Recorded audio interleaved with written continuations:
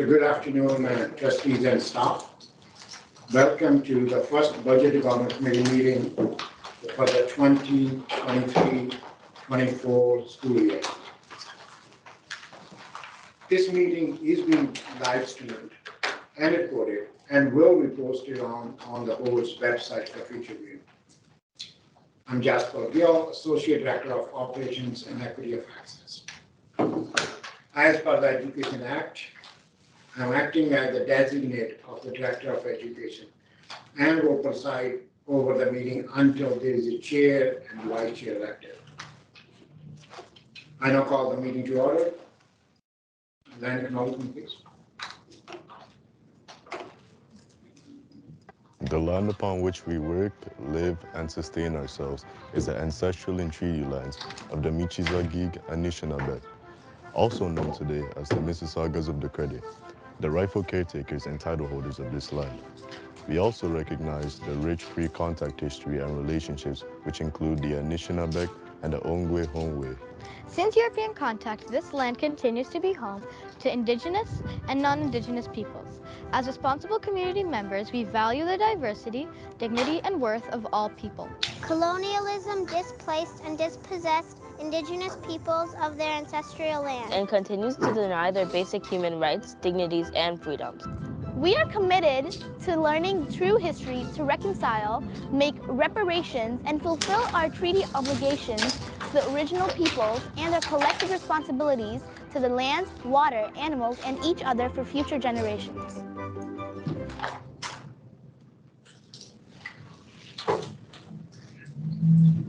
The first order of business is the election of the chair and vice chair of the Budget Development Committee.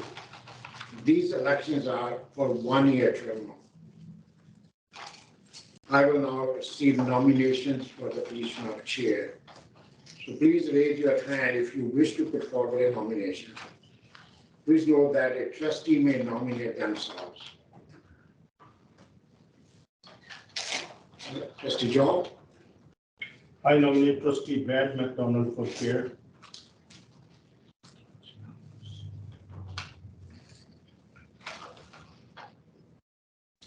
Are there any other trustees who wish to serve as the chair of the committee?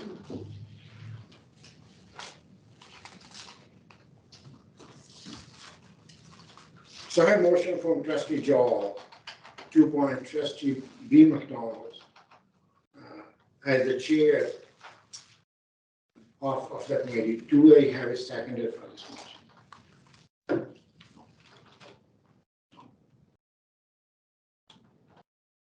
Where's that word? Sure. I have to second myself?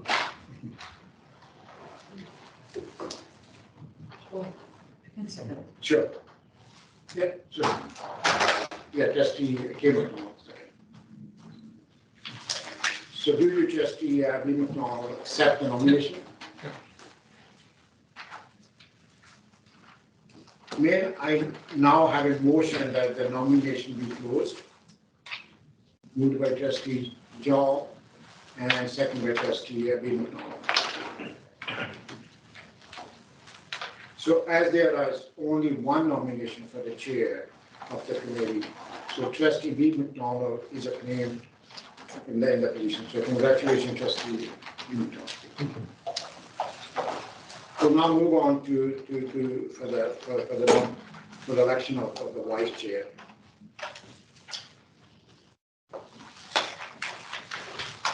So please again raise your hand if you wish to put forward a nomination.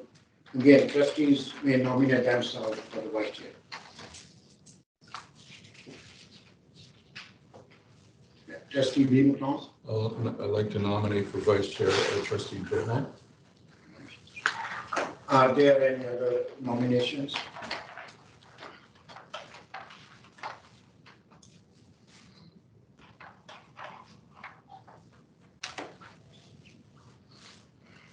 So I have a motion from Trustee B. McDonald to appoint Trustee Jowell as the vice chair of the committee. Do I have a seconder for this motion? Trustee K. McDonald. So do you, Trustee Jowell, accept the nomination? Yes, I do.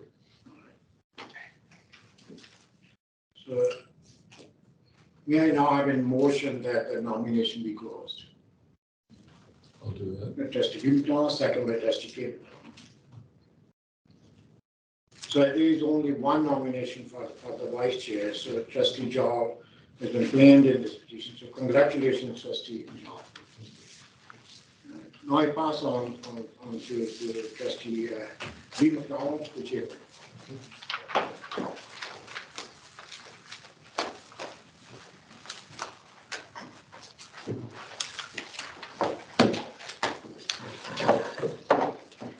Thank you. I'll just quickly get in place here and get logged back in. So thank you, everyone, and thank you in your confidence to chair this budget committee, which is focusing obviously on our very important budget this 2023-2024 year. So we're going to first of all move next to the agenda, approval of the agenda. Do I have someone putting this on the floor? Trustee Joe help us on the floor, seconded by Trustee McDonald. Any questions or comments about the agenda? All those in favor? Approved.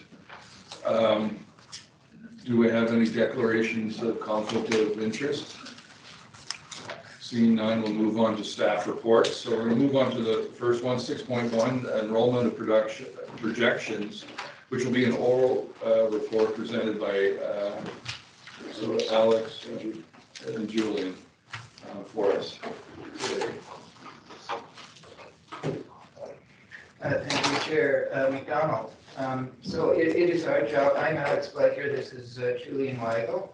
We are here to present an overview of what the enrollments have looked like over the past few years and what we're thinking is going to look like over the next 10 years. To start off, we have some maps that I'm going to pass it over to Julian to go over.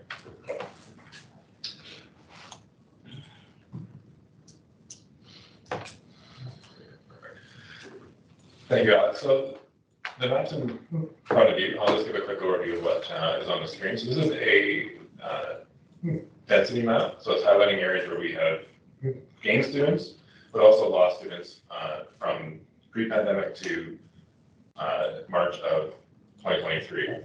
So areas in darker blue, we have lost more students. Areas in darker red, we've also gained more students in contrast. So as a board overall, we are down quite a few students since the pandemic, which I'll go over in later slides.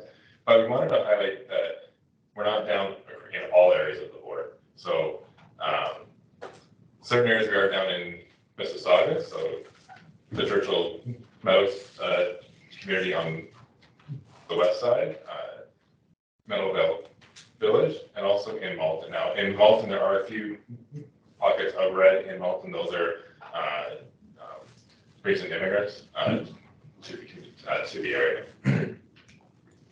But in contrast, also several areas of Mississauga that have gained. So Erin Mills, City Center, and Hurontario Eglinton, these are all from high-rise condo developments. This is most of the new growth in Mississauga is this form of construction. So we anticipate most of the future years growth from this type of housing. Moving on to Brampton. Similar to Mississauga, we do have areas where we've gained, where we've lost. Two areas that we are down a significant number of students, Springville and Granby. These are communities that have begun to age out, so where families are aging in place, but the students have moved on to post-secondary. But Brampton does have several areas of new growth.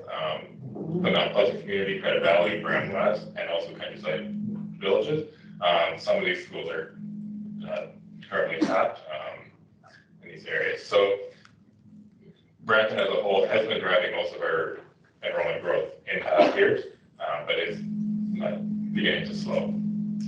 And finally, Caledon, predominantly rural areas, so the values don't show much gain and loss in those areas. But there are a few areas I wanted to highlight. So Caledon East, there's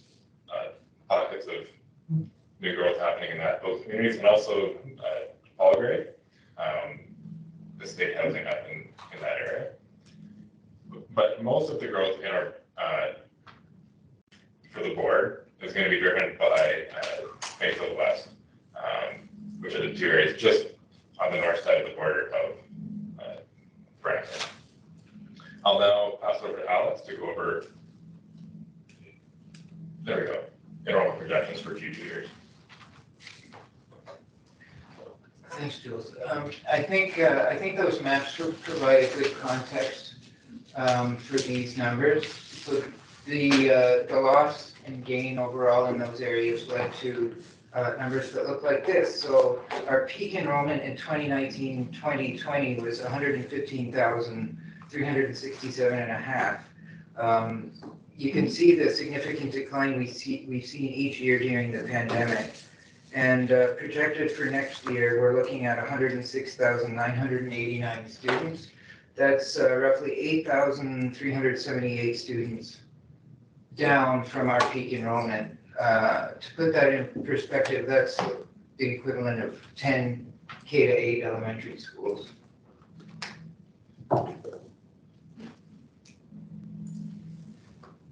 This graph shows the historical enrollment, also what we expect going forward.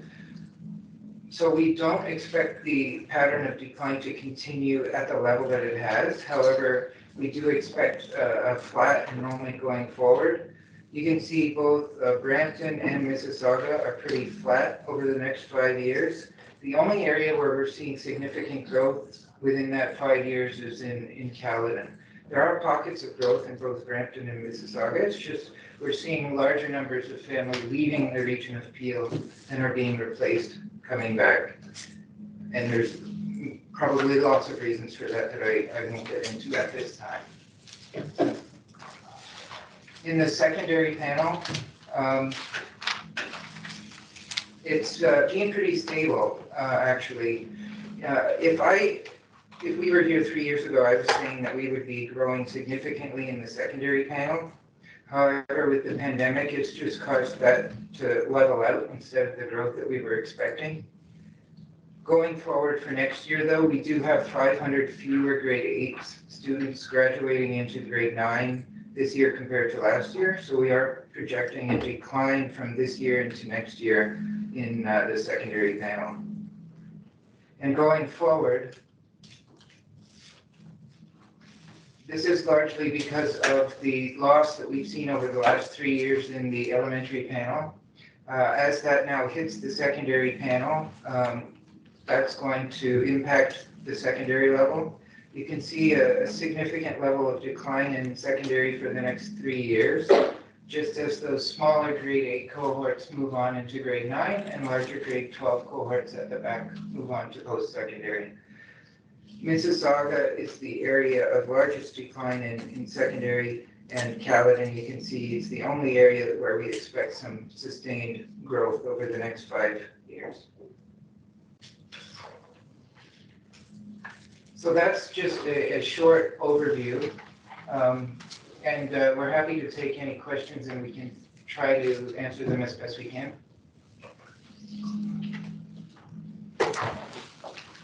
Thank you for that presentation. I appreciate the information. I think it's, I was going to ask to have that sent to the trustees, but someone back in the room read my mind. Thank you so much, Sabrina. Are there any questions from trustees here? Yes, Trustee Bailey. So with the increase of immigration and refugees coming into the country, is it not going to make have any impact on our enrollment? So if we go back to the maps, specifically Mississauga, so those red areas that you're seeing in city center, some of that is immigration, as well as up in Malton, that red pocket in the southeast corner of Malton is actually a group of hotels that we're seeing some immigration in. The challenge with the immigrants and refugees is that we don't know at this point how long they're going to stay. in our region, or if it's a temporary landing spot for them to move on to other communities, just like other groups of people in the region of Peel are doing right now. With remote working, it's less important to be in an urban community, and I think that's why we're seeing the decline that we've been seeing over the last 3 years. So we are seeing lots of immigration. It's just the move outs are even higher than the levels coming in. Through you, Chair. So is there no consultation with Immigration Canada to find out about their movement? So in planning, we have contacts through you, Chair. We're in contact on a regular basis with the Polycultural Immigration Center. So that's how we are able to keep track of their plans in terms of which hotels and which neighborhoods they plan to use. So for example, we know that in the Malton community, that plan to use those hotels by the airport has been discontinued for now, but it could happen and it could start up again at any moment. They keep moving those students into a more permanent type of housing in the Sheridan Park community. It's still a hotel, but it's a little bit more of a walkable neighborhood. And again, from there, it's anybody's kind of guess where they end up after that. But we are in regular contact with at least that group of people. Thank you. Thank you. Any more questions? Okay, can I, do I have to approve this or do I have to just receive it? Yeah, so trustee St. Paul put this on the floor, seconded by trustee McDonald. All those in favor? Received. Okay, we'll go on to the big announcement, 6.2 GSNs. Here today we'll have an oral presentation from Tanya. Thank you, through you, Chair. So I'm going to start the presentation. First of all, I want to introduce my team that's with me, Copper Garson and Agnes Armina. So, and there's a few other people that are back at the shop, but certainly we have been working hard so far to get some of these numbers to you. So first of all, after the GSN training, the GSN training was really helping everyone understand sort of how the ministry does their funding. And from there, obviously, we were waiting for the announcement. The announcement actually came, I think, a couple of days before the training had occurred. And in the announcement, typically is where they have all those formulas and calculations, and they tell us what the new benchmarks are. So you'll be hearing a lot about benchmarks, and benchmarks are really how they start pricing out some of this stuff and how they do the formulas. So one of the other key parts of that you heard through the training is enrollment. So thank you to the planning team because they now shared the enrollment numbers with you because that was a critical piece in all that we do. And just if later you're referring to their presentation and ours, I just noticed they're comparing revised to budget and we do budget to budget. So you'll see the numbers for 23-24 in terms of AD, which is the average enrollment, are the same. But if you look at the prior year, you'll see slight differences, and that's just because they're using revised budget, which happens in November, whereas the budget numbers happen in June. So that's why you'll see a little bit of difference in that. Other than that, I guess I will then let my author begin the presentation, and then we'll have any questions after that. Thank you, Tanya. Good evening, everyone. I hope you can hear me. Okay. So happy to present the GSN tonight. Just before we start, I just want to do a very quick recap of the GSN presentation that Tanya did on April 19th. So if you recall, in the GSN, we have different allocations, and each allocation would address very specific needs of the student or the running of the board. And within each allocation, there's, like Tanya mentioned, formulas. And one of the main elements of those formulas is enrollment. Earlier, we've heard from our colleagues from planning that enrollment is going down, and I'll talk about that as I go through the summary. And the other main component that I want to raise before we go into the details is the changes in collective agreement that you must have heard about. So that would directly impact the ministry benchmarks. So for instance, for now, two unions have signed, the QP and OCEW. So whatever changes have been agreed on will be reflected in the ministry benchmarks.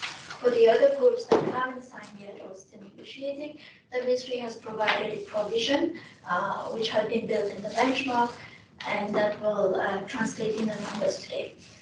Correspondingly, when those happen in our costing of staff, we will also include those changes. So that being said, we can go through the summary. Many of you have seen this before, some of you are new, so I'm just going to explain what the columns represent. So we have 3 columns here. Like Tanya mentioned, what we usually do is we compare the upcoming budget with the current budget. So in the very first column, we are showing the 22-23 budget. So same time last year, this is what we were doing, the 20-23 numbers is what we were looking at. And for the upcoming school year, that's the 7th column, 23-24 budget. And finally, the 3rd column will just be the change between 23-24 and 22-23. So the first top section is enrollment. Like Alex was mentioning before, our enrollment is going down. So from budget to budget, we see a decrease of 2,119 ADE. So this is our average daily enrollment.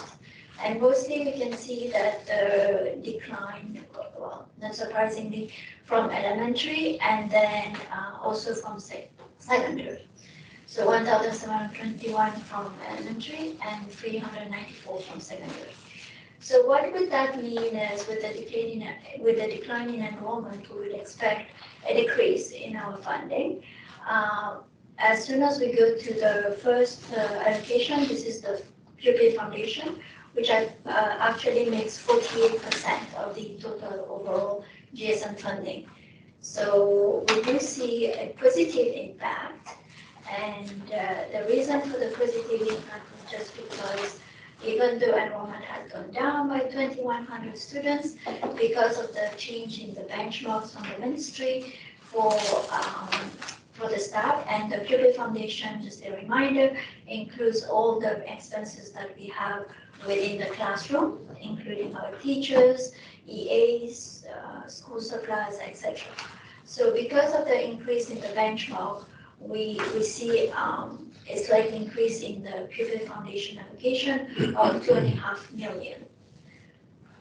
Going on to the next allocation, which is the School Foundation grant. So the School Foundation grant is also at the school level, but this is outside the classroom, mostly from the administrative part of it. So that would include our principals, vice principals, secretarial staff, and office supplies. So again, we see like despite the decline in enrollment, the increase in the benchmark has resulted in an increase in the funding. The one thing I want to note here is the change that the ministry has done this year, a slight change in the formula in terms of virtual schools. So they are counting the students in the virtual schools separately, and there's another line item for them. So they are not being counted in the regular School Foundation grant. So that would be the only change I would say that happened in this allocation. And in terms of our virtual schools, we have 2,160 students so far. Moving on to the special purpose grants. So those are the additional grants that the ministry gave us over and above what we need in the classroom, mostly to address some of the gaps. So the first one, which is also one of the biggest, which is actually the second biggest grant, this is the special education grant. So we can see that the special education grant is also going up by $3.8 million. So similar to the previous one, we have a collective agreement. Here also the benchmark has been adjusted. And the other thing that happened in this grant is that there has been a transfer from PPF to this grant. So the early month intervention, which used to be at PPF before, has now been moved to the GSM for about $128,000, which would be included in the 2.8 million change for the year. So moving on to the next allocation, which is the language grant. So in the language grant, we have the French language and we have the English as a second language grant. And we do see a change in the language grant, but not much, mostly because our French, in terms of our French allocation, this has gone down a bit. In terms of elementary, we have seen a reduced number of classrooms due to our challenge of hiring. And also in secondary, because of enrollment, we have less credits in the French languages. So that was the decrease in the French language was offset by the ESL, which good news is, like Alex mentioned, we are seeing now like more people coming from outside, and we actually saw a big spike in October 2022. So we do see recovery, like more people coming in. Although this year we had a look at the May numbers. It is still on the increase, but not as much as it spiked in October. But good news that it is going up. The one thing I want to mention here for the ESL is that although we are going up, we are not at the same level that we were before COVID, but the ministry has provided one more year for the supplemental funding, which brings back to where we were in 1920. Moving on to the next one, which is the Learning Opportunities Grant. So this is the grant to address a bit of the social and demographic factors from one area to the other. So here the good news is the counting on you enrollment has gone up. So we've seen an increase in the funding. There's also the SHSN, which is one part of the SHSN was in PPF, has now been moved to the GSN. And there's one new grant here for $800,000 for the safe and clean complement, the supplement. So all this is being added in, all this is being reflected in this change of $3.4 million. Moving on to the next one, the cost adjustment grant. So this is for our teachers for the qualification and experience factor. So we did see a little decrease in that area. This is just because it depends on who our teachers are, if we have more experience or less experienced teachers, and that would impact the experience factor. And there's an increase for the benefits as well. Moving on to the admin and governance. So the administration and governance is where we have our trustees, all the admin staff as well, director's office, and all the HR, information technology, and finance, payroll, etc. So here too we can see an increase in the funding, mostly because of the salary benchmark going up. And here as well we do have the PPF moving from PPF moving into GSM for $50,000. Moving on to the next one, which is the school operations and maintenance. So this is obviously for maintenance of our schools, including all the heating, utilities, etc. So we have two increases like here. For the staff, we do have like per collective agreement, we've seen an increase in the benchmark, and also as you've heard in the GSN, there's a 2% increase for the non-staff costs. And that's mostly what has happened here in the school operations and maintenance allocation. Moving on to the transportation allocation, we see a big jump of $7 million. And this is because of the change in the funding framework of the transportation grant. And I just want to note that part of the change, so now there's different components of the transportation, and one of it is the driver's component, which makes up like 20 million of this grant, of the 56 million grant, and which technically that would be reflected in our new contract with the vendors, because it talks about the drivers increase and whatnot, and that our colleagues in transportation will be working on. So most of this funding will kind of mostly, how do you say, designated and will be spent on transportation, and some of them is just adjustment for those areas that the ministry has highlighted. For the Con Ed, moving on to the next one, we do see a decrease in Con Ed. The two factors here, we have seen a decrease in enrollment for the summer school, and also there's a recovery amount that the ministry does here. For each hour of our international student, the ministry recovers 1,300 students. So what we are anticipating, sorry, do we have? I'm just gonna put it as speaker. Oh, closer, sorry. Sorry, but can you see me, right? Okay, so I was saying for the Con Ed allocation, so there's two components for the reasons of the decrease in the allocation. First is the decrease in the enrollment for the summer schools, and the second one is the international student. For each international student, the ministry takes 1,300 as recovery. So for next year, we are anticipating about 80 new students, more students compared to last year. So for each of those 80 students, 1,300 will be taken away, and that makes 104,000, which is built in the 427,000 of change that you're saying. Moving on to the next funding is the declining enrollment. So we see year over year, there's a change of 1.5 positive.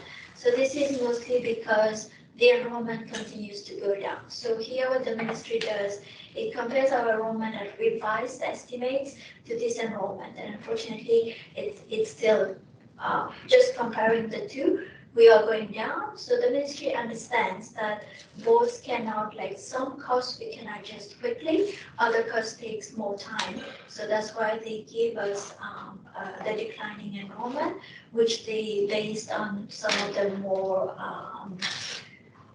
which they based themselves on the most, the biggest type of allocation.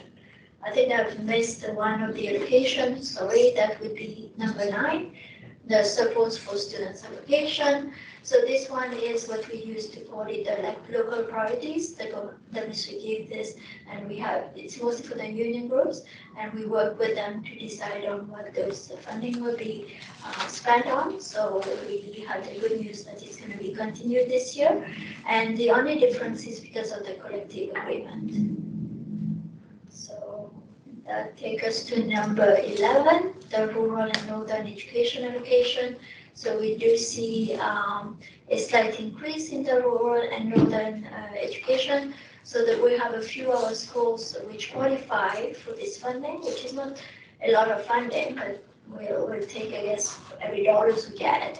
So we do see a slight increase in the rural funding of $2,000. Moving on to the indigenous education allocation. So here we do see a big jump from last year of 5.5 million. The ministry has changed a bit the way that they calculate this funding. Previously, we used to have about 1,200 for one of the courses that we were offering. This has gone down to 649 per the benchmark. And now more money is, or more funding is being given in the envelope section of the indigenous education. So although we are seeing a lot of like a big change, which is good, the most of that funding though will reside within the envelope, meaning that we will have to ensure that it's only spent for this purpose. Moving on to the mental health and well-being. So here too we see, because of despite the decrease in enrollment, because of the increase in the benchmark, we do see a slight increase in that funding. The PLG, the Program Leadership Grants, so the ministry does provide funding mostly for some of the superintendents, like they require a leader for specific areas.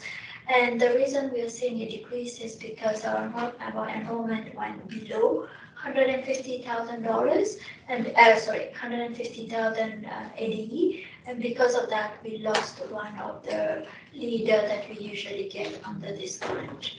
Moving on to the permanent financing of NPF and temporary accommodation.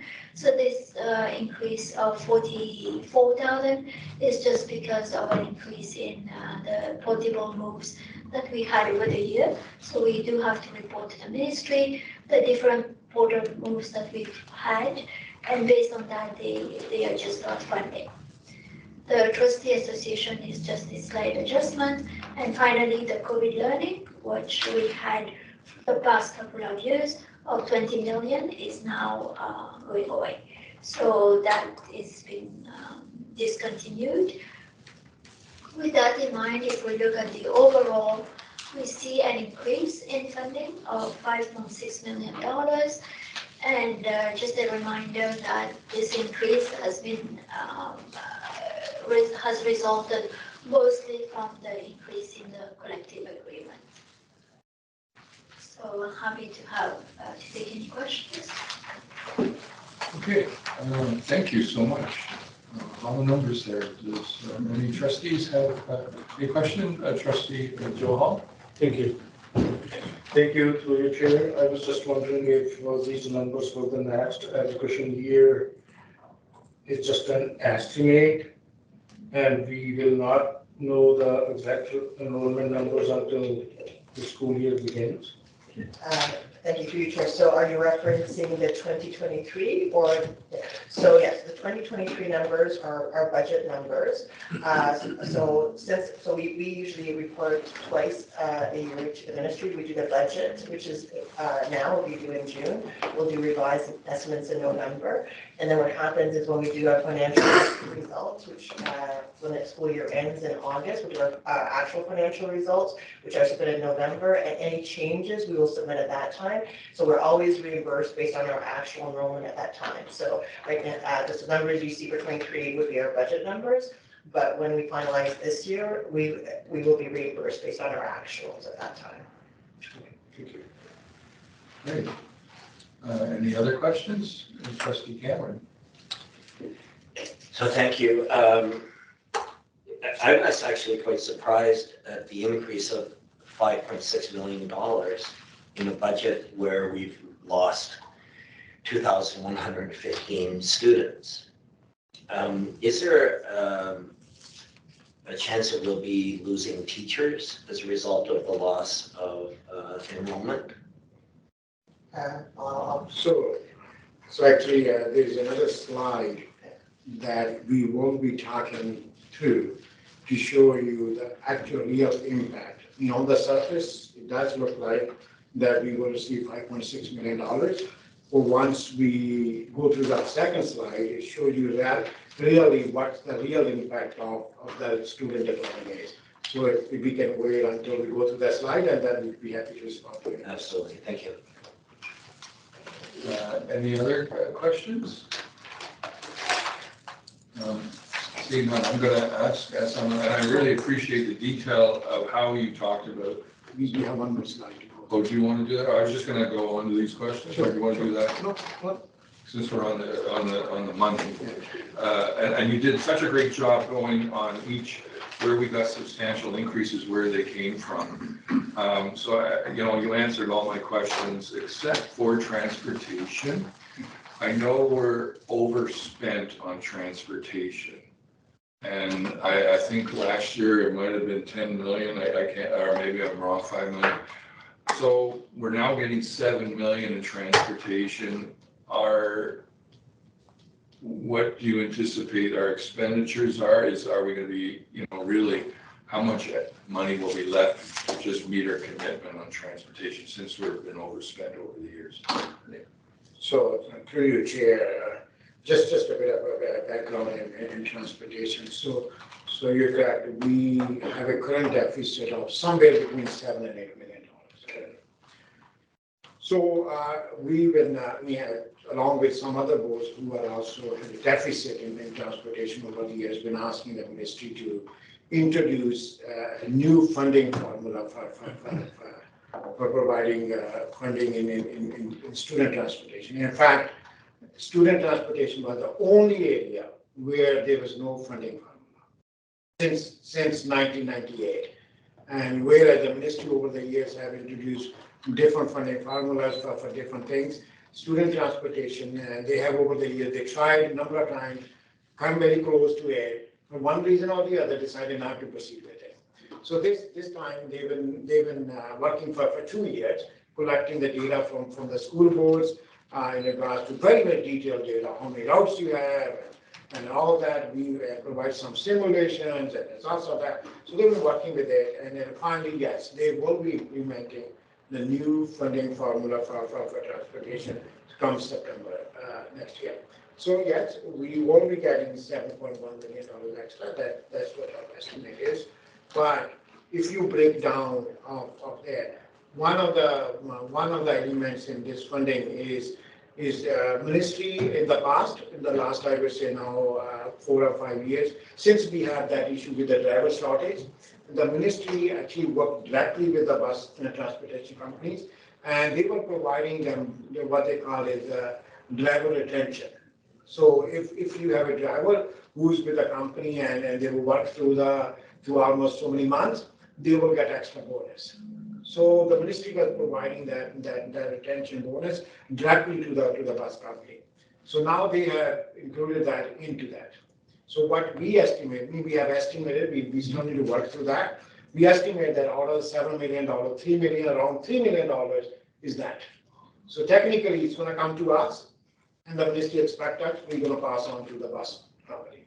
So it comes down to around $4 million. So the other change that the ministry has made in transportation is they have actually defined what should be the eligibility distance for students to qualify.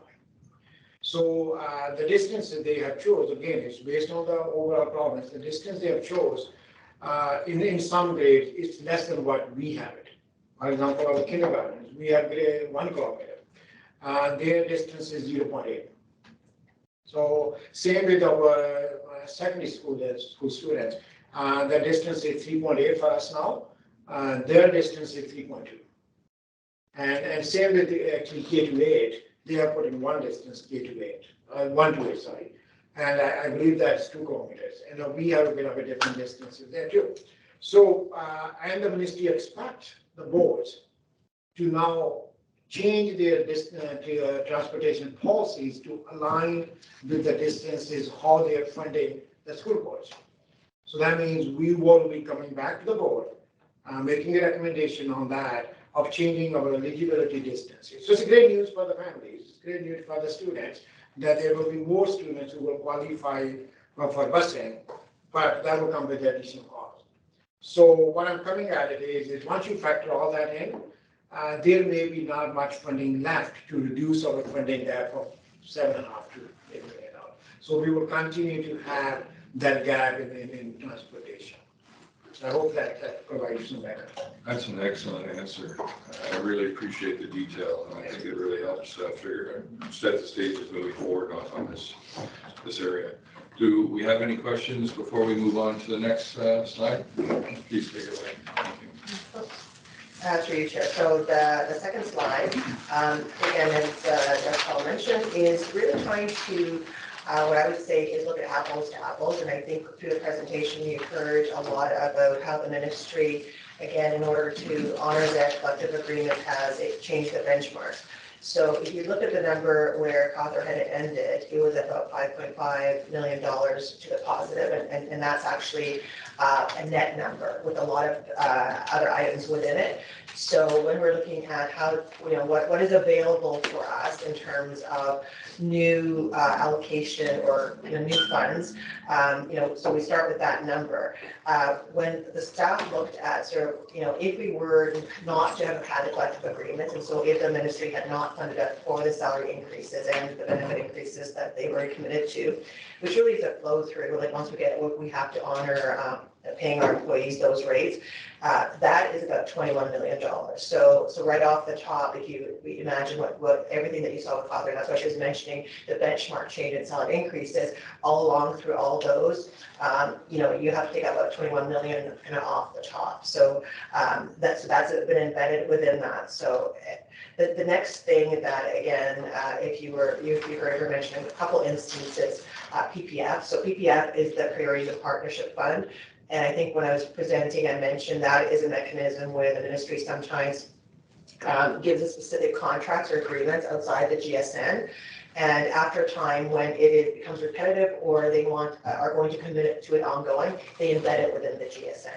So the reason I'm explaining it that way is because, it's like saying, they're now merging the two together where we already have the cost. So it's not that we have now additional money, because we used to have that as a specific contract when we had work and activities attached, so costs attached to it.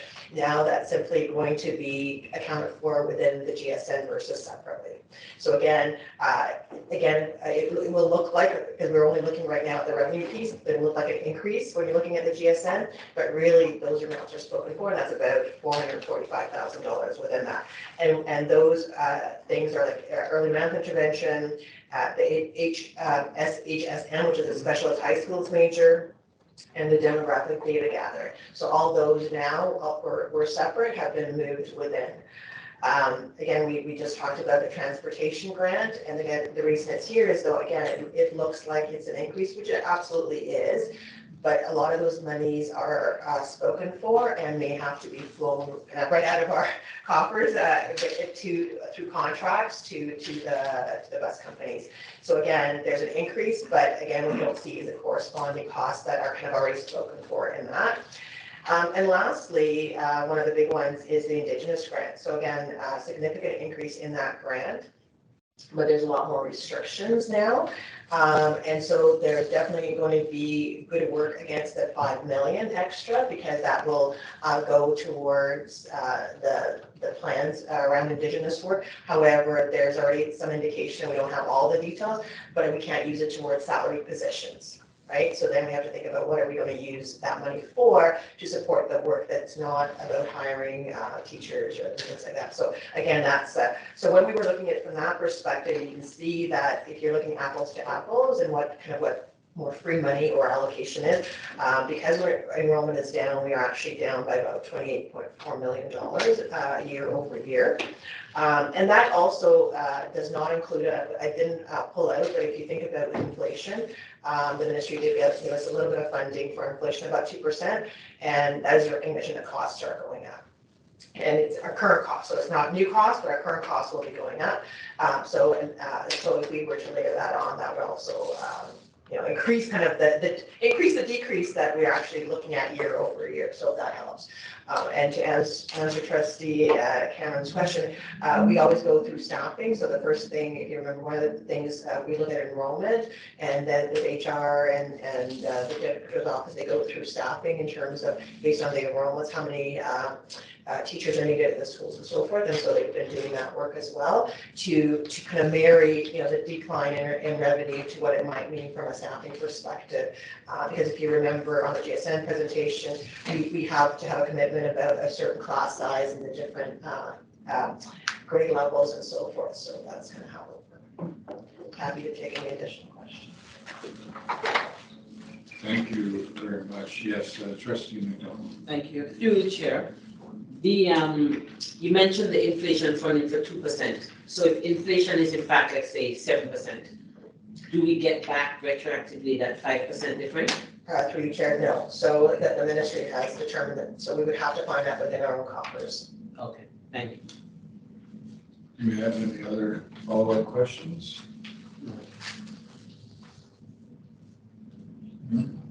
None? Okay, thank you. I'm going to have someone put this on the floor.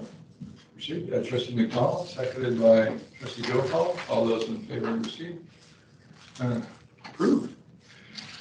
Okay, we'll move on to our last item on the agenda, 6.3, our budget development timelines, which is also included in the last page of the handout, and it'll be presented by Associate Director. So So through you, Chair, wanted to share with the committee the budget development schedule for 23-24 year. So actually, the budget development starts in reality in February. And that's where the planning staff does the enrollment projections. And then based on those enrollment projections and also based on the ministry's class size requirements, we allocate staff to the schools. So that is done in February, and then based on those allocation of staffing to the schools, our finance department will then calculate what that means, how much salary and benefit costs are related to that staff which has been allocated to schools, based on the enrollment projections as well as the ministry's requirement of class size. And then in March, we do ask each year the departments to submit any business cases that they feel is aligned with the priorities of the board, as well as if they are looking for any additional staffing or any resources or funding for the next school year. So the board can consider that as part of the budget approval process. Then each year, in the spring, ministry announced the grants for student needs, GSNs. So GSNs is the one funding where school boards receive most of its funding comes through the GSNs. So everyone is always looking forward to that GSN announcement, and also any changes that the ministry is going to implement to the funding for the next year. So that usually comes in spring. This year, the ministry announced that on April 17th. So today is our first meeting of the Budget Development Committee, and in the chart you have those three items that we discussed, the two and the one we are talking about now. As part of the board's budget development process, we do want to get input from public, as well as we do want to get input from our staff in schools, as well as the students. So there is every year there is a survey that goes out.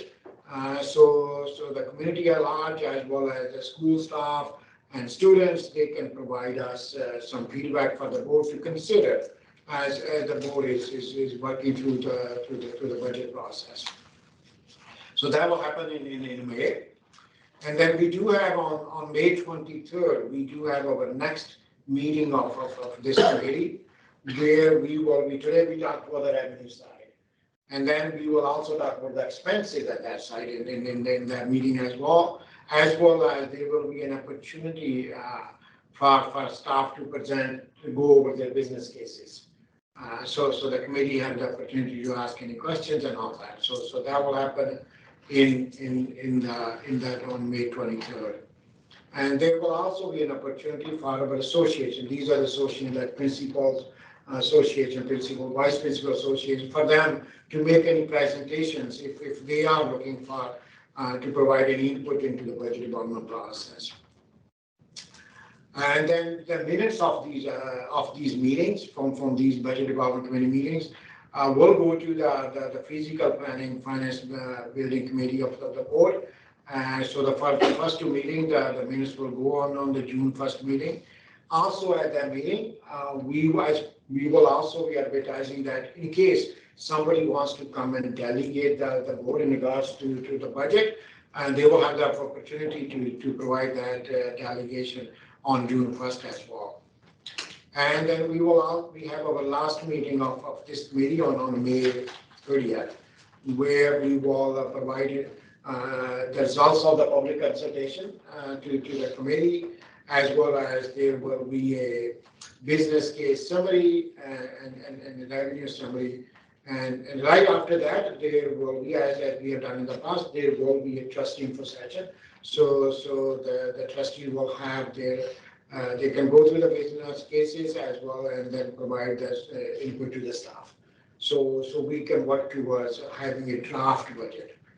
So then on June 15th will be the next trustee info session, where we will go through a page by page. Normally, we work through the page by page of the draft budget book. So to allow the trustees to, if they have any questions, some clarification, or in order to provide further input, if there's any further input there. So we can finalize our draft, and then that draft budget will be will be taken to the board on June 27th. So that will be a special meeting of the board that we have requested. So at that meeting, we staff will present the draft budget for board approval. And then as requirement from the ministry, we'll submit the budget to the ministry on June 30th. Wonderful. Thank you very much for the timeline. I see a question from Trustee McDonald. Yes, thank you. To you, Chair.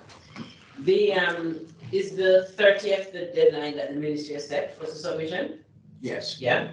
Okay, so after the... Sorry, so if I can add to that, yes, that is the deadline, but school boards do have the ability to ask for an extension if there's a need to. Oh, okay.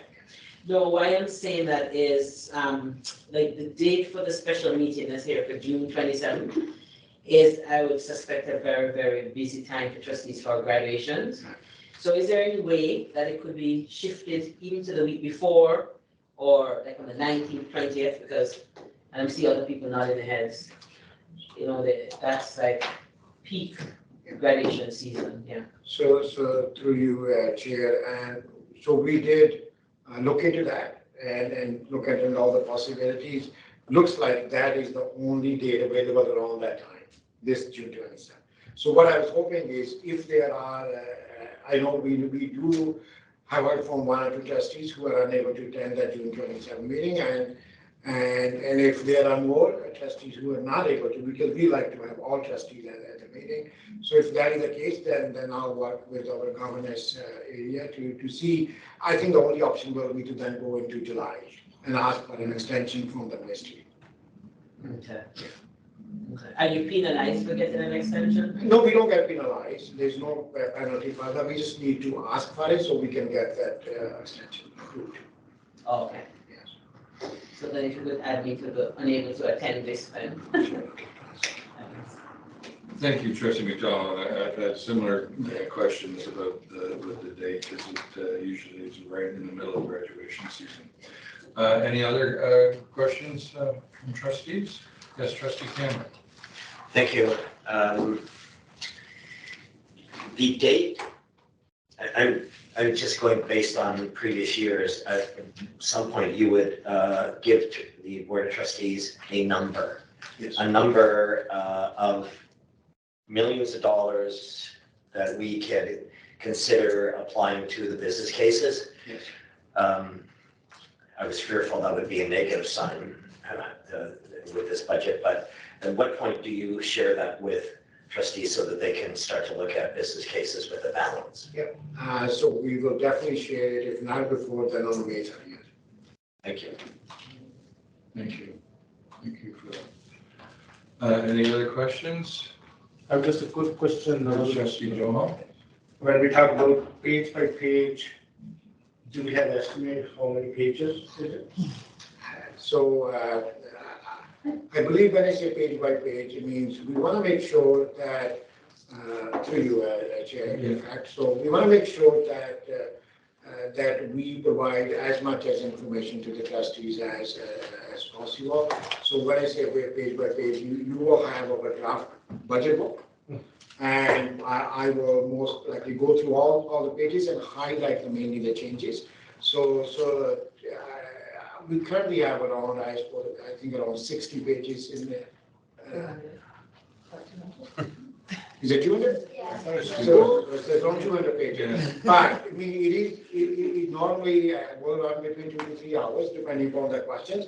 I want to make sure that we respond to all the questions, and if there is any further input from the trustees that before we kind of starting to finalize the book, that there is an opportunity for that. So that's the reason we say we go page by page, and if there are any questions there, you know, sometimes there are conversations on some pages as compared to the others. But the intent is to make sure provide as much as time the trustees need to go through the book, and we can respond to all the questions. Great. Thank you for the question and answer. Any other questions? Seeing none, do I have someone put this on the floor? Trustee McDonald, someone to second it, trustee Joe Hall, all those in favor? Approved. So now we go on to item 7, we have no communications. Item 8, there are no trustee motions for consideration. Item 9, trustee notices of motion. Do I see any? Seeing none, I'll move to adjournment. So someone want to put on the floor for adjournment? Trustee McDonald, seconded by trustee Joe Hall. All those in favor? We're now adjourned. Thank you very much for the meeting.